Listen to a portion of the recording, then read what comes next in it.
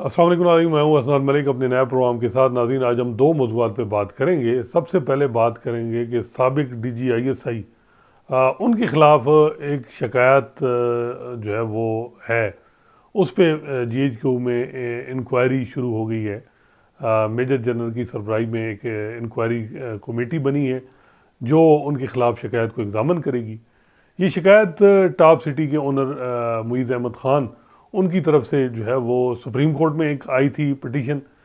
Petition नहीं, आप कह सकते हैं कि Supreme Court human rights cell में एक दरख्वास्त आई थी और उसमें ये बताया गया था कि जी जो जनरल फैज़ हैं और भी ऑफिशियल का जिक्र था उसमें कि जी ये जो है वो इन्होंने रेड किया और मुझसे 400 तोले सोना और पत्नी कितनी 4 करोड़ कैश और ये सारी चीज़ें ले गए।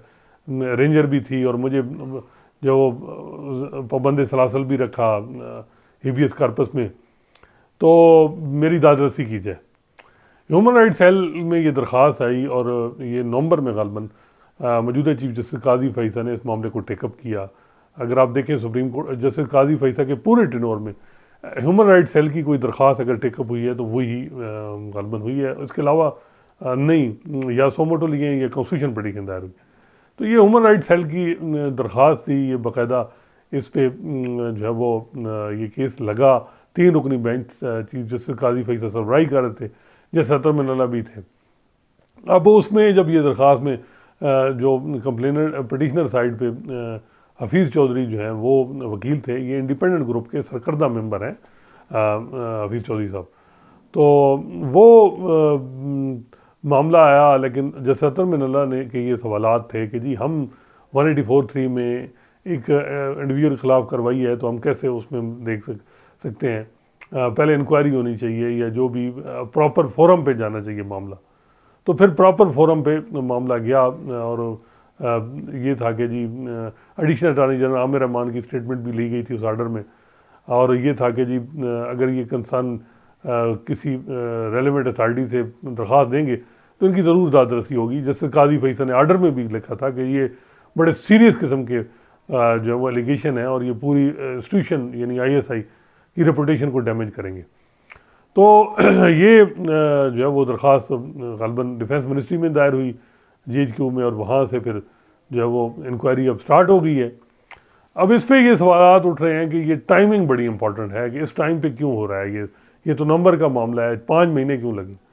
मामला कुछ ये भी है कि आपके सामने एक ये कि जो फैज़ाबाद धरना की जो रिपोर्ट जो इस वक्त जो पब्लिक हुई है जितनी, जिसकी समरी, उसके मुताबिक तो जनरल फैज़ को क्लीन चिट मिल गई है। जनरल फैज़ को क्लीन चिट मिलना मीन के, और सबको पता है कि जनरल फैज़ की मुखालफत में सब उनसे अग्रीव्ड कौन है, उनका जो उनके दौर में जिन्होंने टफ टाइम देखा, एक नून लीग है, एक जैसे काजी फैज़ हैं, मे बी उनके इंस्टीट्यूशन के अंदर भी कुछ लोग होंगे जिनके साथ जनरल फैज़ का बर्ताव अच्छा नहीं होगा। तो अब ये है कि जनरल फैज़ जो है वो अब वो ये है कि इंक्वायरी जो है उनके होगी। अब देखना है कि क्या होता है। अब इंक्वायरी की टाइमिंग जिसे मैं बता रहा हूँ कि क्यों ये आ रही है, बहुत से लोगों का ख्याल है कि जैसे काजी फैसा क्योंकि ये हो कि भाई कहीं फ्रस्ट्रेट ना हो जाएं, क्योंकि फैज़ाबाद धरना जजमेंट तो सबसे उनके दिल में करीब थी और उसी वजह से वो उन्होंने मुश्किलात देखी और उसमें उनको क्लीन चिट मिल गई, नून लीग के ख़िलाफ़ बल्कि फाइंडिंग आ गई। तो सबसे ज़्यादा नुकसान तो नून लीग और जैसे काजी फैसा का हुआ। तो अब यह है कि बैलेंस करने के लिए भाई ठीक है इनके ख़िलाफ़ ये इंक्वायरी भी की जाए, और दूसरा इसके अब क्या इसमें भी कोई जनरल फैज़ के ख़िलाफ़ कार्रवाई मामला होगा। बहुत से लोग कहते हैं कि नहीं, मुश्किल है, क्योंकि जनरल फैज़ अगर रेंजर इन्वॉल्व थी तो रेंजर ऐसे कैसे इन्वॉल्व होगी, क्या पता उस वक्त आर्मी चीफ जनरल कमर बाजवा भी बीच में शामिल हों या वो बाहर से कर रहे हों। अब ये जनरल फैज़ को साबित करना होगा कि वो खुद अगर ये जो वाक़या एक तो बता रहे हैं जो टॉप सिटी के ओनर, ये जो है वो इसको डिनाई करना होगा। अगर डिनाई नहीं करते तो फिर ये होगा कि जी इतने एविडेंस हैं, फिर बताएं किसके कहने पे किया है सारा कुछ। अगर उन्होंने खुद किया है तो मेरा ख्याल है कि जैसे काजी फैसल के दौर में भी कहीं कोर्ट मार्शल भी उनके चांसेस हो भी सकते हैं कि कोई ऐसी रिकमेंडेशन हो, फाइंडिंग आए और उसकी बुनियाद पे उनके खिलाफ हो सकता है। क्योंकि जनरल फैज़ जो है उन्होंने बहुत से लोगों को नाराज़ तो किया है, लेकिन दूसरी तरफ ये भी है कि प्रेसिडेंट भी नहीं बननी। अमूमन हम देखते हैं कि अदलिया में प्रेसिडेंट तो बन जाती है, लेकिन बड़ी कोशिश होती है कि इस्टेब्लिशमेंट मुक़्तदर हल्कों बड़ा मुश्किल है कि उधर कोई एक प्रेसिडेंट बने। लेकिन एक बात ये भी हो रही है कि ऐसे मैटर जहाँ इदारा इन्वॉल्व हो, जैसे हम कह रहे हैं कि फैज़ाबाद धरना किसने कराया, क्या कराया, या और अब पॉलिटिकल इंजीनियरिंग के इल्ज़ाम लगते हैं, तो वहाँ जो है वो इदारा कभी भी ऐसी चीज़ नहीं होने देगा और नहीं होगी। वजह यह है कि ये तो फिर प्रेसिडेंट बन जाएगी और जो मौजूदा सूरत हाल में जो कुछ हो रहा है, फिर लोग तो ये भी सवाल उठाएंगे। अब फाइनेंशियल मामला जो है ज़ाती, इस पे बहुत से लोगों का ये है कि ये एक ऐसा मामला है जिसमें फ़ौज के अंदर कार्रवाइयाँ होती हैं, किसी भी डिसिप्लिनरी एक्शन होते हैं। अब इसमें जनरल फैज़ की अगर ज़ाती मामला होता है तो कार्रवाई हो भी सकती है। एक तो ये है कि इदारे की बले बले होगी कि देखें जी उन्होंने कितना बड़ा काम, यानी एक जो है वो अपना जो है वो सीनियर ऑफिसर गो के वो रिटायर्ड है, उसके खिलाफ कार्रवाई की है, और उसको दूसरी तरफ, लेकिन यह है कि वो उसका इंडिविजुअल मैटर है, उसमें इंस्टीट्यूशन की इन्वॉल्वमेंट या उस तरह नहीं है। तो इसको अब लोग बड़े और तरीके से देख रहे हैं। अब जस्टिस काजी फैसा देखते हैं कि इस मामले में मुतमैन, क्योंकि मेन चीज़ है कि वो मुतमैन होंगे कि नहीं। हालांकि मेरी समझ में बहुत से लोग कहते हैं कि उनकी अब मुतमैन, वो तो ज़्यादा इशू अब एक्सटेंशन का है कि क्या 3 साल लेंगे या नहीं लेंगे। अगर एक्सटेंशन हुकूमत दे रही है तो वो इन चीज़ों में अब उनकी प्रेफरेंस में भी ना हो। बहुत से लोग कहते हैं अब तो उनकी प्रेफरेंस वो होगी कि जी 3 साल उनको मिलने हैं या नहीं मिलने, नहीं मिलने तो वो उस पर। लेकिन एक बात पे मैं एग्री करता हूँ, मतीउल्लाह जान साहब कल कह रहे थे, सीनियर साफ़ी, कि अगर जस्टिस काजी फैसा इनकार कर देते हैं कि जी मैं एक्सटेंशन नहीं दे रहा, तो फिर ये है कि बात होगी कि जी बाहर जो उनके दफ्तर के बाहर जो पीएन है वो भी उनकी बात में भी सुने ना सुने, क्योंकि 6 महीने हैं जी इन्होंने तो रिटायर होना है, तो कभी भी इतना जल्दी नहीं होता। वो भी चाह रहे हैं कि इस मामले को इतना ज़्यादा मे बी वो गालिबन ये हो कि वो इस मामले को इतना ही सस्पेंस रखना चाह रहे हो ना। लेकिन इतलात तो कुछ अपोजिट हैं, दूसरी तरफ उनके मुखालिफ वो और ज़्यादा बातें वो करते हैं कि नहीं, जिस तरफ PTI वाले कह रहे हैं कि उनकी इतला में रऊफ़ हसन साहब कहते हैं कि जी अब तो जो है वो ज़िमनी इलेक्शन के बाद फौरी बिल पेश हो जाएगा और उनकी एक्सटेंशन का मामला। अब एक्सटेंशन में क्या जैसे काजी फैसा खुद इंटरेस्टेड हैं या नहीं, ये बड़ा सवाल है। लेकिन ये चीज़ आपको हिस्ट्री में मिलेगी। साल 2 बाद आसिफ सईद खोसा भी रिटायर हो गए, उसके बाद फ़रोग़ नसीम साहब ने ये खबरें और ये चीज़ें बताई कि जी आसिफ सईद खोसा साहब कहते थे कि यार जिस तरह भी है पीछे नालायक जज हैं, 65 से 68 साल करो। तो वो फ़रोग़ नसीम साहब कहते थे कि जी मैं तो MQM की जिम्मेदारी ले सकता हूँ, और किस तरह नून लीग और PTI मानेंगी आपको कॉन्स्टिट्यूशन अमेंडमेंट करके आपकी जो जजों की एज है 65 से 68 कर दे। तो कहा जाता है कि नहीं नहीं आप उनको कहें, उनको आप किनको कहें, वो आप सबको। तो मसला ये है कि जब इस तरह की बात होगी ना, अगर ये बड़ा, अब जैसे काजी फैसा पता नहीं वो माजी में भी ख़ुद चीफ जस्टिस रहे हैं, बलूचिस्तान में भी, अब भी, तो उन्हें अंदाज़ा होगा कि किस तरह उन्होंने डील करना है चीज़ों को, क्योंकि ये सारी चीज़ें हिस्ट्री बनती हैं, फिर ये चीज़ें निकल आती हैं, तो आप देखते हैं कि वो किस तरह करते हैं। लेकिन फैज़ हमीद का जो मामला है, एक मामला तो बिल्कुल वाज़ेह है ना कि जो फैज़ हमीद और उनके करीबी जजेस थे, अब ये आप कहें कि साकिब निसार और उनका ग्रुप फैज़ हमीद के करीब नहीं था, ये बिल्कुल गलत बात है। वो बड़ा करीब था। कितना करीब था ये अब बात भी आपको अब चीज़ें निकल रही हैं, और ये जो मुशर्रफ का सज़ा होना जो लाहौर हाई कोर्ट में, और ये वो सारी चीज़ें, तो फैज़ हमीद साहब उस वक्त जो यही अलमिया है इस मुल्क का कि जो जजेस माजी में जो माजी की इस्टेब्लिशमेंट के करीब थे, वो अब जो है वो हमारे हीरो के जी ये वो, और अब और जो अब है, अब PTI का इल्ज़ाम है कि जी अब जो जुडिशरी है ये उन मौजूदा के करीब है। तो ये अलमिया तो रहा है, ये चीज़ अब चलती रही है। लेकिन जो फैज़ हमीद साहब और उनके जो बाकियात को कहें, ये जो भी चाहे वो वकीलों में थे, चाहे वो सहाफ़ियों में थे, चाहे वो जजों में थे, ज़ेर अताब है। बहुत से आपने देखा होगा जजों के ख़िलाफ़ कार्रवाइयाँ भी हुई, जज गए भी, इल्ज़ामात बड़े लगते हैं, जैसे एजाज़ुल एहसन, जैसे बंदियाल साहब, साकिब निसार, ये सारे मज़ाहिर अली अकबर नकवी। अब देखना है कि ये जो है वो इनको आपने देखा कि इनको टफ टाइम देखा। अब जब ये अंदाज़ा हो कि जी मौजूदा चीफ जस्टिस काजी फैसा जो हैं वो फैज़ हमीद के हवाले से भी उनके तसरात अच्छे नहीं हैं, या उनकी बाकियात जो जजों में है वो भी नहीं है, तो आसान है मौजूदा के लिए कि भाई वो इन मामलात में, क्योंकि इस वक्त जो मौजूदा इस्टेब्लिशमेंट है ये ओपन सीक्रेट है उनके लिए। मसला तो जो PTI है, पीटीआई की जो सोच है वो उसके हवाले से वो समझते हैं कि ये उनके लिए थ्रेट है, ये इंस्टीट्यूशन के लिए, मुल्क के लिए थ्रेट, वो उनकी सोच है। उसके लिए उनको स्ट्रॉन्ग जुडिशरी की सपोर्ट चाहिए और जस्टिस काजी फैसा उसमें देंगे। तो जस्टिस काजी फैसा आगे से अगर ये कहते हैं कि जी ये जो साकिब निसार या इनके इर्द गिर्द जो जजेस हैं, चाहे वो कोई रिटायर हो गए हैं, चाहे चाहे वो अभी कोई मौजूद हैं, इनको ज़रा ठिकाने या जो भी मामला। अब देखें मुज़ाहिर नकवी साहब, मुज़ाहिर नकवी पे इल्ज़ाम बड़े सीरियस हैं, इसमें तो कोई शक नहीं है। लेकिन मुज़ाहिर नकवी आपका क्या ख्याल है कि सिर्फ जुडिशरी फारिग कर देती? ये जो सारा मटेरियल इकट्ठा हुआ मुज़ाहिर नकवी साहब के ख़िलाफ़, और जो जो वो राजा सफदर और वो जो बोला और जो चीज़ें, और फिर वो पैसे और ये कहीं कहीं एफर्ट तो हुई है ना, सपोर्ट तो हुई है, जॉइंट एफर्ट हुई। तो ये एक देखें कि सुप्रीम कोर्ट में, और आप देखें तो ये जो पॉलिटिक्स है ना, जुडिशल पॉलिटिक्स, इसने बड़ा तबाह अदलिया को किया है। माजी में जब जो काजी फैसा के ख़िलाफ़ जजेस थे तो वो उन्होंने इस्टेब्लिशमेंट की सपोर्ट ली, ये ओपन सीक्रेट है। उस वक्त की इस्टेब्लिशमेंट और जनरल बाजे की स्टेटमेंट मौजूद है जिसमें वो कहते हैं कि जजेस अंदर से चाह रहे थे कि जी जल्दी जल्दी रेफरेंस आए। तो रेफरेंस ज़ातियात, इतनी यही प्रॉब्लम आती है ये जजेस सबक, कि जब आप अपने ज़ाती मामलात में आपने एक्सटर्नल सपोर्ट लेनी शुरू की तो उसका खमियाजा आपने भुगता। तो प्रेसिडेंट तो सेट हो गई थी काजी फैसा के ख़िलाफ़ बाहर से सपोर्ट लेनी। काश उस वक्त एजाजुल एहसन और जस्टिस बंदयाल और ये लोग खड़े होते। अब ये चीज़ें बाद में इन्होंने इंडिपेंडेंस ऑफ जुडिशरी की बात, बाद में जब आए तो एक्सपेक्ट तो ये किया जा रहा था कि काजी फैसा जो है वो माजी से सबक सीखेंगे और वो जो है इस तरह की परसेप्शन नहीं देंगे कोई किसी किस्म का। लेकिन देखें उन्होंने क्या किया कि वहाँ वो इंस्टीट्यूशन में वीक हुआ। अब तो बात यह है कि वो तो चलें ठीक है, साकिब निसार और उनके करीबी जजेस तो पीछे रह गए। अब तो ऐसे बजाय लग रहा है कि अतर मिनल्ला और जस्टिस काजी फैसा आमने सामने, जिस तरह अतर मिनल्ला साहब के हवाले से चीज़ें निकल रही हैं और हो रही हैं, और ये 6 जजेस का जो मामला है, ये 6 जजेस जो इस्लामाबाद हाई कोर्ट के, ये तो साकिब निसार ग्रुप नहीं था। ये तो अगर आप देखें तो बाबर सत्तार साहब तो जो हैं वो वकील थे काजी फैसा के प्रेसिडेंशियल रेफरेंस में। इसके अलावा और भी जो जजेस हैं, ये इनका तो कोई लेना देना नहीं था।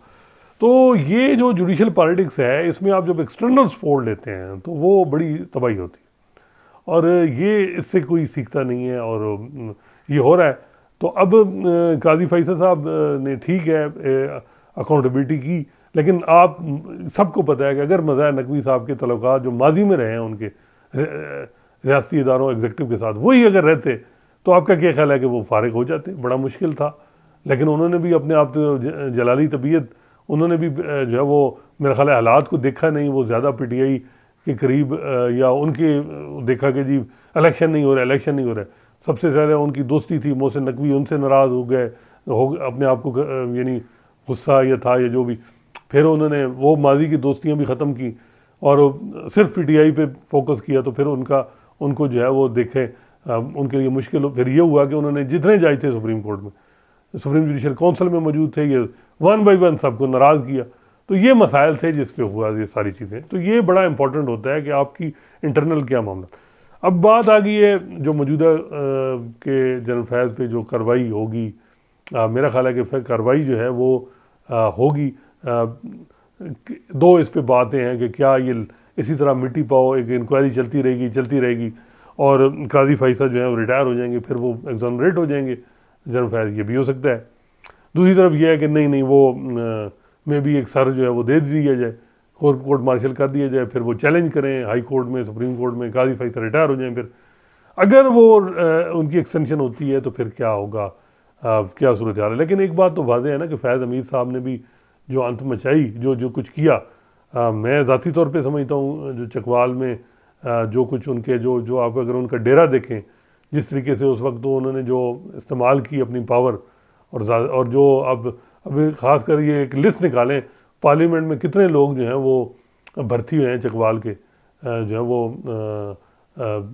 जो अब देखें जो चेयरमैन सहीरानी साहब हैं, इनके दौर में कितने लोग पार्लियामेंट में चकवाल से हैं जिनको इंडक्ट किया गया। तो चीज़ें तो उन्होंने भी इंतहा की, और होना चाहिए, पूछ गई तो लाजमी, इसमें तो कोई शक नहीं है। उनके जो करीबी ऑफिशियल जो उस वक्त के जो उनके ज़ाती उनके इवन जो एक्सीएन वगैरह जो उनकी आप देखें वो करोड़ों अरबों रुपए में खेल रहे हैं, और उन्होंने जिस तरह फ़ायदे उठाए। तो ये बात एक बात बड़ी वाज़ेह है, लेकिन बात ये भी आ रही है कि सिर्फ इस वजह से कि काजी फ़ैसल साहब को भी ये परसेप्शन ख़त्म करनी होगी कि वो जो है वो साकिब निसार और उनके ग्रुप और जनरल फैज़ के ज़ाती कोई उनकी मामला है। ये जो मिस परसेप्शन है, परसेप्शन या PTI के हवाले से जो स्ट्रांग लाइक्स एंड डिसलाइक जज के लिए बड़ा मुश्किल नहीं होती। जज तो बड़ा यानी चलता है उसके साथ, वो तो हर एक चीफ जस्टिस और जज होता है। तो वो ये परसेप्शन अगर पर्सनल उसकी आ जाएगी जी फलां जो जज है ये इसको नहीं छोड़ेगा जी क्योंकि इसके साथ उसकी ने ज़्यादती की, तो ये मेरा ख्याल है जज का जो शान नहीं है, ये परसेप्शन। मैं नहीं कहता कि ये हकीकत अब, लेकिन जो फैक्ट्स देखें, जो ये परसेप्शन बन रही है ये भी कोई अच्छी नहीं है। आप इफ्तिखार चौधरी का देखें, जरदारी साहब ने उनको बहाल प्रॉपर नहीं किया, उसके बाद उनको जो टफ टाइम NRO में केस में दिया, पर्सनल हो गए थे पीपल्स पार्टी के वाले से, तो क्या उनको मिला? साकिब निसार जिस तरह नून लीग के खिलाफ पर्सनल हो गए। सियासतदानों के खिलाफ जब भी कोई जज पर्सनल होता है तो क्योंकि जज ने कभी तो कभी रिटायर होना है, सियासतदान तो परमानेंट होते हैं, उनकी सपोर्ट तो चलती रहती है, तो फिर उनको हिस्ट्री में उसी तरह होता है। तो ये एक बड़ा अपॉर्चुनिटी होती है जजेस के लिए कि जज जो है वो अपने आप को इस तरह का ना बनाए कि वो कोई एंटी किसी जमात का है या प्रो है या जो भी है, उसको बड़ा बैलेंस चलना पड़ता है। और सबसे अच्छी मिसाल जो है आपके सामने नासुल मुल्क है। मैं समझता हूँ कि उन्होंने मुश्किल टाइम पे उनके चीफ जस्टिस था, उन्होंने इंक्वायरी कमीशन को हेड किया, तो लेकिन उनका एक कंडक्ट ऐसा रहा कि उनकी से कोई भी आप ये नहीं कह सकते कि वो फलां के एंटी थे, किसी के यानी प्रो थे, ये वो थे।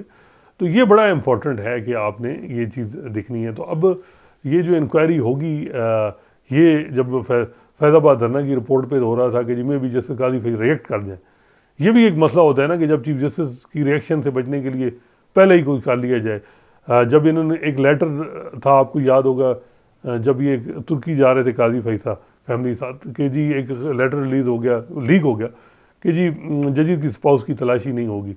उस पर रिएक्शन आया, फ़ौरन जो है वो इंक्वायरी बिठा दी कि काजी फैसा साहब ऑफेंड ना हो। तो अब जो है ये सूरत हाल, लेकिन मेरा ख्याल है कि अब तो इतनी कोई केयर भी नहीं होगी कि काजी फैसा साहब के लिए। लेकिन एक बात है कि ये बात तो है कि जो ये क्लीन चिट मिली फैज़ाबाद में, क्यों मिली, या ये खुद मेरा ख्याल है कि मैं तो उस वक्त भी ये कह रहा था कि फैज़ाबाद में आप जनरल फैज़ को बड़ा मुश्किल है फंसाएं, क्योंकि वो उस वक्त की हुकूमत ने, एग्जेक्टिव ने उनको ऑथराइज़ किया था। लेकिन जो बात है कि उन लोगों को पीछे से पेनिट्रेट कौन कर रहा था, वो ऐसे ही तो नहीं आ गए थे। ये बातें अपनी जगह मौजूद हैं, लेकिन साबित करना बड़ा मुश्किल होता है इन चीज़ों को। तो वो तो था। अब देखें हालात जो हैं वो किस तरफ जाते हैं। मुझे जो लग रहा है कि वो जो है ये जिस तरह से ये ख़बर निकलवाई गई कि इंक्वायरी शुरू हो गई है, और इसको जिस तरह हो रहा है कि बात ये है कि काजी फैसल साहब भी अब जो है वो कोई ना कोई तो उनकी लेगेसी ये इसमें बने कि चले मज़ाह नकवी फारे हो गए। अब देखते हैं मुनीब अख्तर, शाहिद वहीद और आयशा मलिक, इनका क्या होता है, ये भी बड़ा इम्पोर्टेंट है। तो ये जो मसला है कि काजी साहब को अब इनमें जो है वो 4-5 महीने में और क्या होता है। इमरान खान तो ठीक है, सज़ाएँ हो गई, मलिक रियाज के ख़िलाफ़ भी आर्डर हो गया है।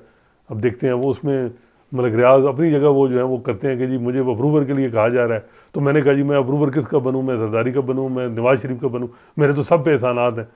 तो मलिक रियाज के लिए भी आर्डर काजी साहब ने किया है बड़ा।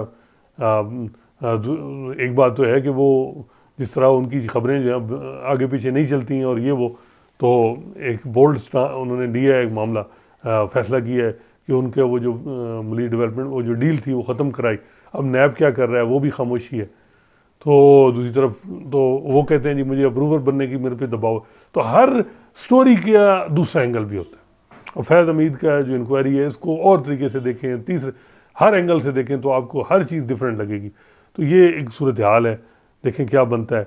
बाकी Islamabad high court bar association ने भी पटिशन सुप्रीम कोर्ट में दायर कर दी है 6 जजेस के हवाले से कि जी इनका मामला, इसमें सुप्रीम जुडिशल काउंसिल को डायरेक्शन दें कि वो कोई इस पर जो उनसे उन्होंने गाइडेंस सीख ली है की है उस पर कोई कोड ऑफ कंडक्ट बनाए।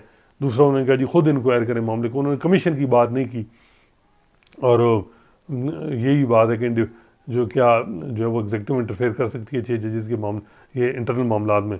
तो बज़ाहिर ये लग रहा है कि 6 जजेस के मामले में जो है वो कोशिश तो यही है कि नीचे से भी कोई लेटर शेटर आए कि जी ये दो, पहले तो ये हो रहा है कि इन जजेस को आपस में तकसीम हो, कोई 2-3 विड्रॉ हो जाएँ वो बड़ा मुश्किल है। फिर ये है कि जी इनकी मेन सपोर्ट जो सत्र में न कि इनको किसी इनकी रिक्यूज़ल कराई जाए। अब देखते हैं कि क्या हुकूमत उन पर ऑब्जेक्शन करती है कि नहीं। लेकिन एक बात बड़ी वाज़ेह है, दूसरी तरफ जो 6 जजेस के हामी हैं वकील, वो कहते हैं जी फिर हम कहेंगे फुल कोर्ट मीटिंग के ज़रा मिनट्स मंगवाएं। वो अभी तक इतला दिए हैं कि वो मिनट्स जारी नहीं हो रहे। उनमें तो 2 घंटे जो जजेस ने इस लेटर पे डिस्कशन की, 2 मीटिंग, क्या उन्होंने मौसम की बातें की? उन्होंने तो फिर तो सब के माइंड प्रेजुडिस हो चुके हैं। जो जिन जजेस ने फुल कोर्ट मीटिंग में अपना अपना माइंड डिस्क्लोज किया है और जो जो रिमार्क्स दिए हैं वो इन जजेस को तो आपस में पता है। फिर उन जजेस के साथ जो जस्टिस काजी फैसा की जो 1-to-1 मीटिंग हुई है उसमें क्या कहा है, जैसे मंसूर अली शाह भी साथ थे। तो अगर आप कहते हैं कि जी एक नोट पे, जैसे सतर मिनल्ला के नोट पे, तो फिर सब ये पिंडोरा बक्स तो मज़ीद खुलेगा। फिर वो कहा जाएगा कि फुल कोर्ट मिनट नहीं, फिर रिकॉर्डिंग दें और रिकॉर्डिंग में 2 घंटे कोई कितना बोलता रहा है वो सारी चीज़ें ताकि आ जाएँ, फिर पता चल जाए कि कौन किसका माइंड प्रेजुडिस है। और दूसरी बात ये है कि ये जैसे काजी फैसा के केस में भी एक अटैम्प्ट की थी अनवर मंसूर ख़ान ने, और उन्होंने कहा था कि जी हमें पता है कि आपकी पिटीशन ड्राफ्टिंग में कौन से प्रिवी हैं। बज़ाहिर ये लग रहा था कि वो जस्टिस मंसूर अली शाह को अटैक कर रहे थे, और उस दिन तो खामोशी हो गई, उन्होंने स्टेटमेंट विड्रॉ कर ली। दूसरे दिन उमर अताब बंदयाल को दूसरे जजेस ने कहा कि जी इन्होंने क्या कह दिया है, सबको बदनाम कर दिया है कि हम मिले हुए हैं जस्टिस काजी फैसा के साथ। उस पर फिर रिएक्शन आया और फिर उनके खिलाफ, और अनवर मंसूर को फिर रिज़ाइन भी देना पड़ा था अटार्नी जनरल के तौर पे। तो वो देखें ये इल्ज़ामात, ये चीज़ें माजी में भी लगी हैं जिनका कोई, हालांकि हम ज़ाती तौर पे समझते हैं कि उनकी जितनी ड्राफ्टिंग थी जैसे काजी फैसा की, और ये इन्फॉर्मेशन भी है कि वो उन्होंने खुद की, वो खुद लिखते थे और उनकी फैमिली के जो मेंबर होते थे वो ये चीज़ें दे देते थे। फिर बाकी मुनीर मलिक और वो उन पर आर्गूमेंट करते थे, सलाउद्दीन, बाबर सत्ता, मेजर्ड, वो सारी चीज़ें खुद ही ड्राफ्ट करते थे वो।